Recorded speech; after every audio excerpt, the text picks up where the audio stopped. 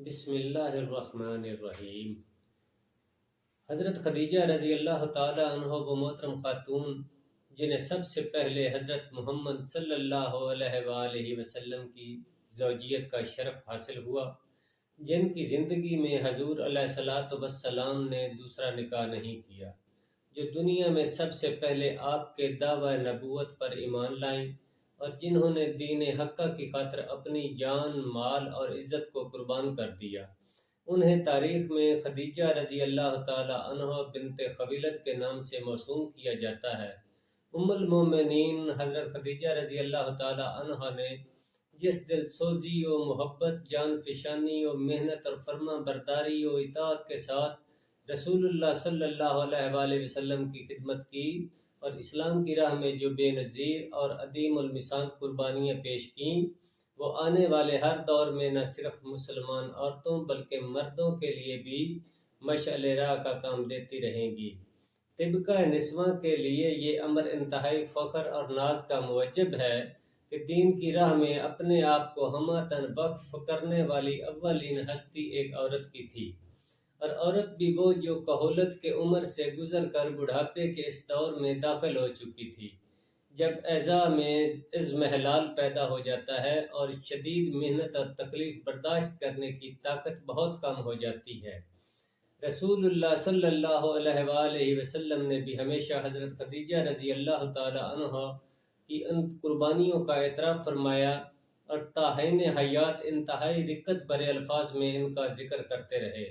ایک مرتبہ حضور علیہ السلام اپنی ازواج مطہرات کے سامنے ان کا ذکر خیر فرما رہے تھے کہ حضرت عائشہ رضی اللہ تعالی عنہ بول اٹھیں، یا رسول اللہ صلی اللہ علیہ وآلہ وسلم، آپ ہر وقت خدیجہ رضی اللہ تعالی عنہ کا ذکر کیوں کرتے رہتے ہیں؟ وہ ایک بوڑھی عورت تھیں، اللہ تعالیٰ نے آپ کو ان سے بہتر بیویاں عطا فرما دی ہیں۔ یہ سن کر رسول اللہ صلی اللہ علیہ وآلہ وسلم نے پرسوز الفاظ میں فرمایا، عائشہ ایسی بات مت کہو۔ خدیجہ رضی اللہ تعالی عنہ نے اس وقت میری تصدیق کی جب تمام قوم میری تکذیب کے در پہ تھی۔ وہ اس وقت مجھ پر ایمان لائیں جب تمام لوگوں نے میری باتیں سننے سے انکار کر دیا تھا۔ اس وقت میرے سامنے اپنا مال پیش کیا جب کوئی مجھے ایک درہم بھی دینے کے لیے تیار نہ تھا۔ جس وقت غار حرا میں رسول اللہ صلی اللہ علیہ وآلہ وسلم پر پہلی بار وحی نازل ہوئی اور جبرائیل علیہ السلام نے آ کر آپ کو خدائی کلام سے آگاہ کیا تو آپ گھبرائے ہوئے گھر آئے اور خدیجہ رضی اللہ تعالی عنہ سے کہا، مجھے کپڑا اڑھا دو، مجھے کپڑا اڑھا دو، مجھے اپنی جان کا خطرہ ہے۔ حضرت خدیجہ رضی اللہ تعالی عنہ آپ کی یہ حالت دیکھ کر گھبرا گئے اور وجہ دریافت کی۔ حضور صلی اللہ علیہ وآلہ وسلم نے غار حرا والا واقعہ بیان کیا۔ کوئی اور ہوتا تو ہنسی میں بات اڑا دیتا اور اسے نعوذ باللہ آپ کا وہمہ خیال کرتا، لیکن حضرت خدیجہ رضی اللہ تعالی عنہ نے دل میں کوئی شک پیدا کیے بغیر حضور علیہ الصلوۃ والسلام کو مخاطب کر کے نہایت پرزور الفاظ میں فرمایا، خدا کی قسم اللہ آپ کو ہرگز ضائع نہ کرے گا۔ آپ رشتہ داروں سے حسن سلوک سے پیش آتے ہیں، غریبوں اور محتاجوں کی مدد کرتے ہیں، ضعیفوں اور کمزوروں کا بوجھ اٹھاتے ہیں، بیوہ اور نادار عورتوں کی ضروریات کا خیال رکھتے ہیں، یتیموں اور لاوارثوں کی دل دہی کرتے ہیں، مسافروں کی خاطر مدارت کرتے ہیں، مصیبت زدہ لوگوں کی ہر طرح اعانت کرتے ہیں۔ پھر یہ کیسے ہو سکتا ہے کہ اللہ آپ کو چھوڑ دے؟ اخلاص اور محبت کے اس بے پناہ جذبے ہی کا اثر تھا کہ وفات کے سال بعد بھی جب کبھی رسول اللہ صلی اللہ علیہ وآلہ وسلم کو حضرت خدیجہ رضی اللہ تعالی عنہ کا خیال آ جاتا تھا تو حضور صلی اللہ علیہ وسلم کی آنکھوں سے آنسو رواں ہو جاتے تھے۔ اور آج 1400 سال کے بعد اب بھی جس مسلمان کی زبان پر آپ کا نام آ جاتا ہے وہ ادب اور تعظیم کے ساتھ آپ پر سلام بھیجے بغیر نہیں رہ سکتا۔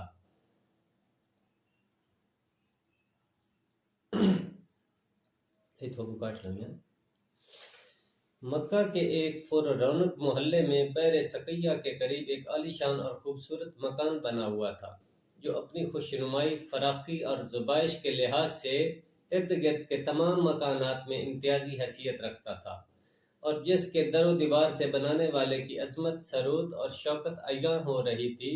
لونڈیاں اور غلام ہر وقت اس کے برآمدوں اور کمروں میں گشت کرتے رہتے تھے، اور قریش کے معزز سرداروں اور شرفا کا ہر وقت وہاں تانتا بندھا رہتا تھا۔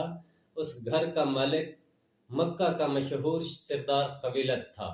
خدیجہ رضی اللہ تعالی عنہا بنت قبیلت کو اپنی والدہ فاطمہ کی طرف سے صباحت و ملاحت، شیریں کلامی، خوش اخلاقی، عالی حوصلگی اور ہمدردی و مروت کی صفات ودیت ہوئی تھیں، اور والدہ کی طرف سے نرم دلی اور عقل مندی سے حصہ وافر عطا ہوا تھا۔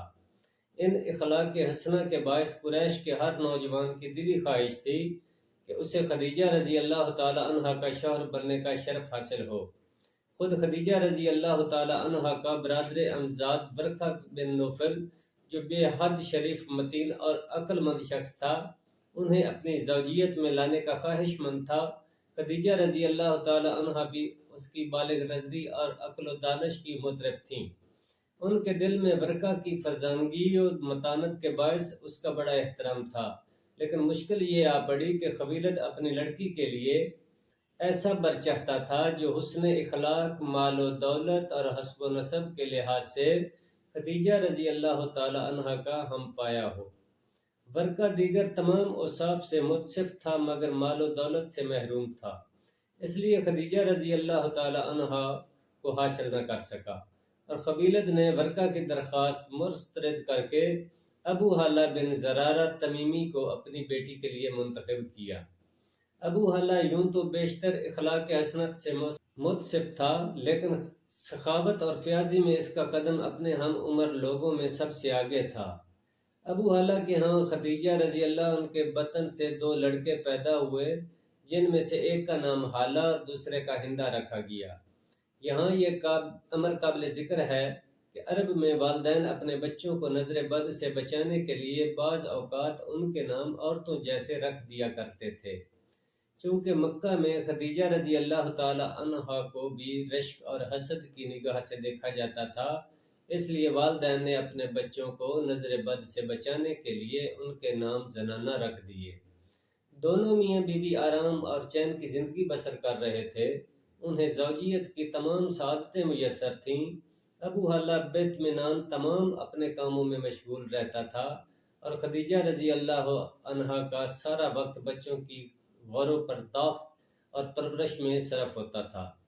لیکن خوش قسمتی کا یہ قابل رشک زمانہ بہت مختصر ثابت ہوا۔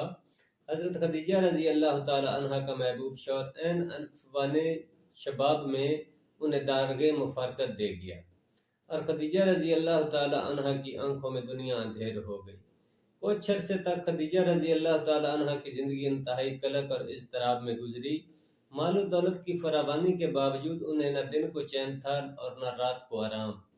وہ اپنے گرد و پیش نظر دوڑاتی، انہیں سینکڑوں عورتیں ایسی دکھائی دیتی جو بے حد غربت کی حالت میں زندگی بسر کر رہی تھیں، لیکن ان کا سہاگ قائم تھا، اور اس نعمت عظمیٰ کی موجودگی میں انہیں دنیا کی کسی بھی مصیبت کی پرواہ نہ تھی۔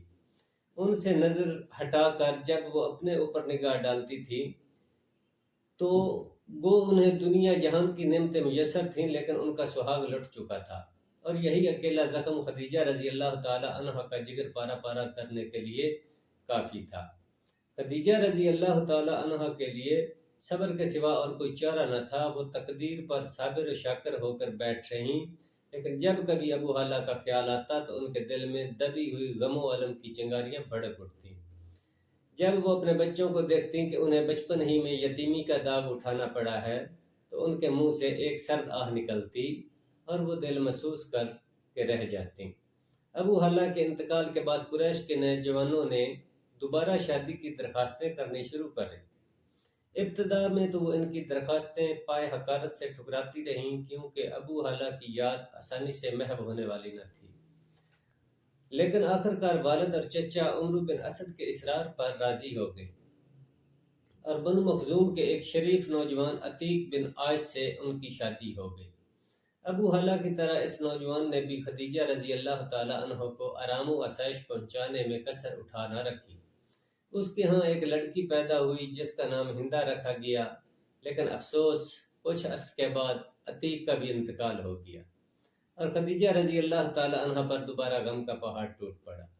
ان پہ در پہ صدموں نے خدیجہ رضی اللہ تعالی عنہ کو بالکل نڈھال کر دیا۔ انہوں نے ہر طرف سے منہ موڑ کر گوشہ نشینی اختیار کر لی اور بچوں کی پرورش اور تربیت کے سوا اور کسی کام اور دنیا کی کسی دلچسپی سے سروکار نہ رکھا۔ ابھی شوہر کی وفات کا صدمہ تازہ ہی تھا کہ انہیں اپنی زندگی کے سب سے بڑے حادثے سے دوچار ہونا پڑا۔ ان کا مشفق باپ چند دن کی بیماری کے بعد انہیں داغ مفارقت دے گیا اور وہ بالکل بے یار و مددگار رہ گئیں۔ اب انہیں نہ مونس و غم خوار خاوند کی صحبت نصیب تھی اور نہ مشفق و مہربان باپ کا سایہ ان کے سر پر تھا۔